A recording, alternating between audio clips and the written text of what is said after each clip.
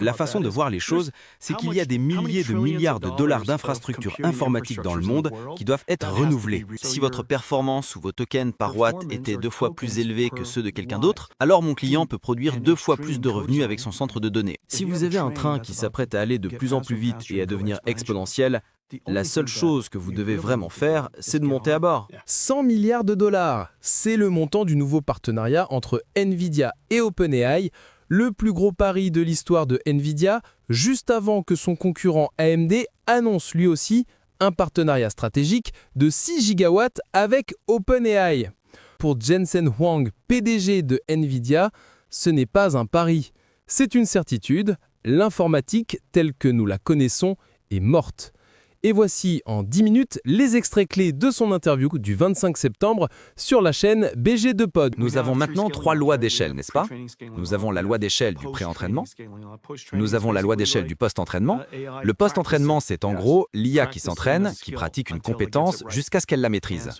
Pour cela, elle essaie une multitude de méthodes différentes, et pour y arriver, il faut faire de l'inférence. Donc maintenant, l'entraînement et l'inférence sont intégrés dans l'apprentissage par renforcement. C'est très compliqué.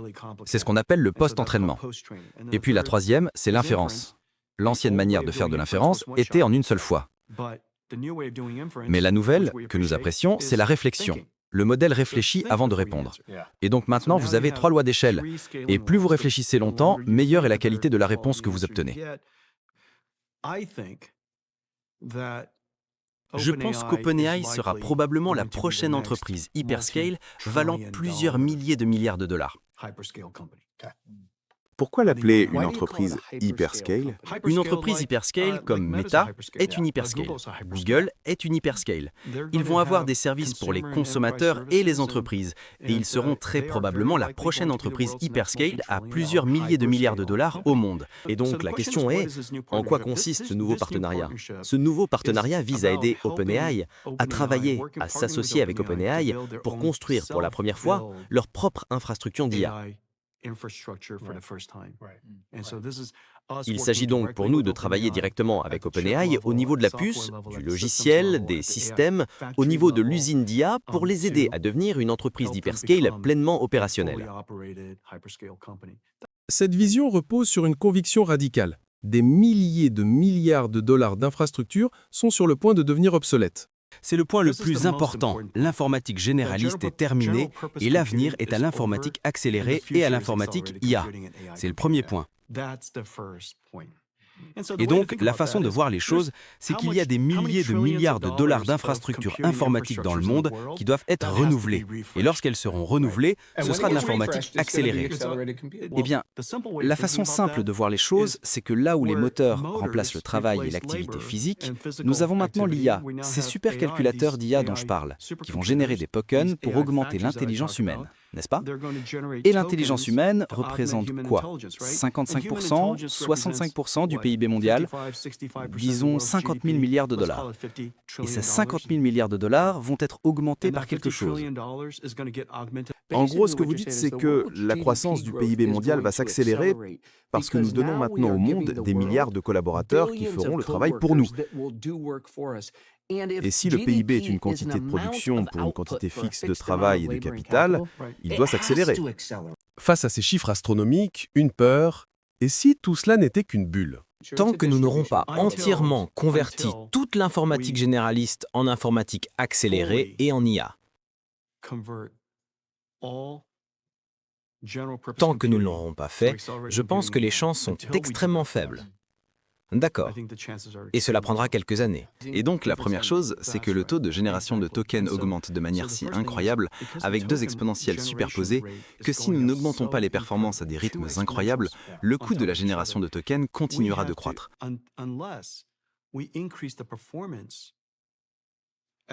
Parce que la loi de Moore est morte, n'est-ce pas? Parce que les transistors coûtent fondamentalement la même chose chaque année maintenant. Et la consommation d'énergie est largement la même.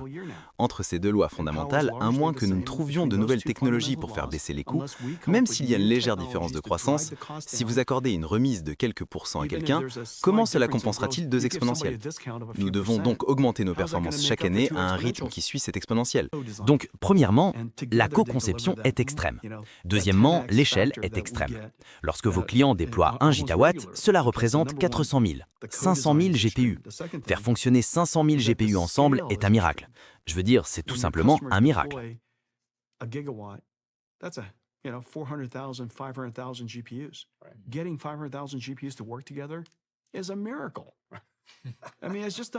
Vos clients prennent donc un risque énorme en achetant tout cela. Vous devez vous demander, quel client passerait une commande de 50 milliards de dollars pour une architecture non éprouvée? C'est ça, une nouvelle architecture. Oui, vous venez de finaliser la conception d'une toute nouvelle puce. Vous êtes aussi enthousiaste que possible. Et tout le monde l'est pour vous. Et vous venez de montrer le premier silicium. Qui va vous donner une commande de 50 milliards de dollars et pourquoi engageriez-vous 50 milliards de wafers pour une puce qui vient juste d'être finalisée? Mais pour NVIDIA, nous pouvons le faire parce que notre architecture est tellement éprouvée. Il y a deux façons de voir les choses. La première, c'est de l'envisager du point de vue des revenus. Oui, D'accord? Donc, tout le monde est limité en énergie. Let's just think about it from a perspective of revenues.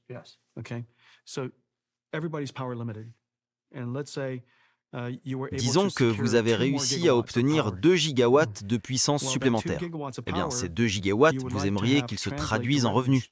oui. Donc, So si your votre performance ou vos tokens par watt étaient 2 fois plus élevés que ceux de quelqu'un d'autre, parce que j'ai fait une co-conception profonde et extrême, et que ma performance par unité d'énergie était bien supérieure, alors mon client peut produire 2 fois plus de revenus avec son centre de données.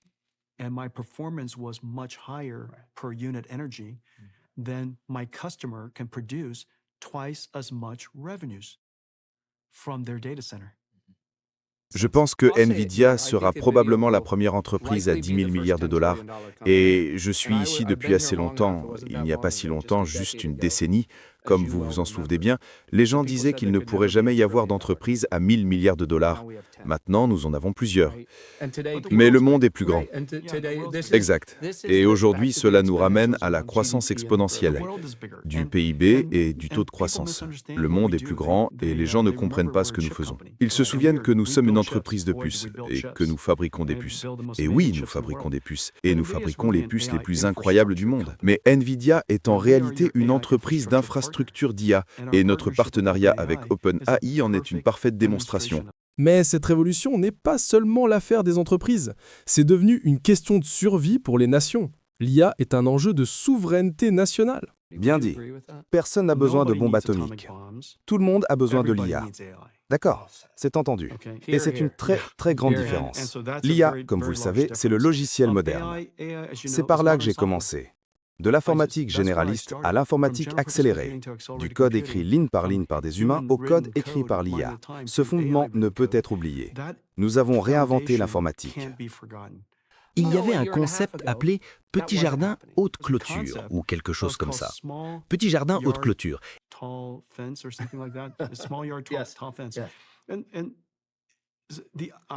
Et l'ironie, c'est que la manière dont cela a été décrit et la manière dont cela a été recommandé en politique, c'était un petit jardin avec une haute clôture autour de l'Amérique. C'était ça qui était étrange. Je pense que le président Trump a raison. Nous voulons maximiser les exportations, nous voulons maximiser l'influence américaine dans le monde, nous sommes censés maximiser ces choses.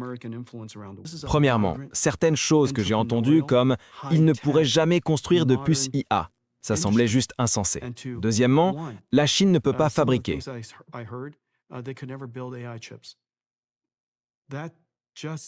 La Chine ne peut pas fabriquer? S'il y a une chose qu'ils savent faire, c'est fabriquer. Troisièmement, ils ont des années de retard sur nous. Est-ce 2 ans? 3 ans? Allons, ils sont à des nanosecondes derrière nous. Des nanosecondes. Oui, ils sont à des nanosecondes derrière nous. Et donc, nous devons être compétitifs. Nous devons être compétitifs. L'Amérique a acquis une réputation de marque singulière qu'aucun autre pays au monde ne possède.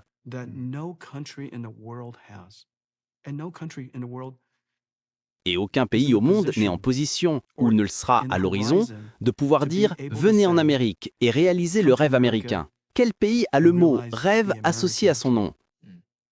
Nous sommes absolument uniques. Et vous parlez à quelqu'un qui représente le rêve américain. Pour comprendre la partie suivante, Jensen va parler des faucons de la Chine. Ce sont des responsables ou politiciens américains comme Marco Rubio ou Mike Waltz qui adoptent une ligne dure contre Pékin. les faucons de la Chine. Et apparemment, si vous êtes un faucon de la Chine, vous portez cette étiquette avec fierté. C'est presque comme un badge d'honneur. C'est un insigne de la honte. Il n'y a aucun doute que c'est un insigne de la honte, et il n'y a aucun doute que, même s'ils veulent, ce qui est dans le meilleur intérêt de notre pays, détruire ce pipeline du rêve américain n'est pas patriotique. Et donc, nous devons continuer à être le grand pays que nous sommes, avoir la confiance d'un grand pays. Et avoir la confiance d'un grand pays et avoir quelqu'un qui veut rivaliser avec nous, c'est avoir l'attitude « Allez-y, on vous attend ». Parce que je crois en notre peuple. Ok, mais au-delà de la géopolitique, quel impact sur les gens ordinaires? C'est le plus grand égalisateur. Pensez-y, tout le monde peut avoir une IA maintenant. L'égaliseur ultime. Nous avons comblé le fossé technologique. Rappelez-vous, la dernière fois que quelqu'un voulait apprendre à utiliser un ordinateur pour son bénéfice économique ou professionnel, il devait apprendre le C++ ou le C, ou au moins le Python. La raison en est que notre entreprise est devenue plus productive. Et parce que nous sommes devenus plus productifs, nous sommes devenus plus riches. Nous sommes devenus plus riches, nous pouvons embaucher plus de gens pour poursuivre ces idées.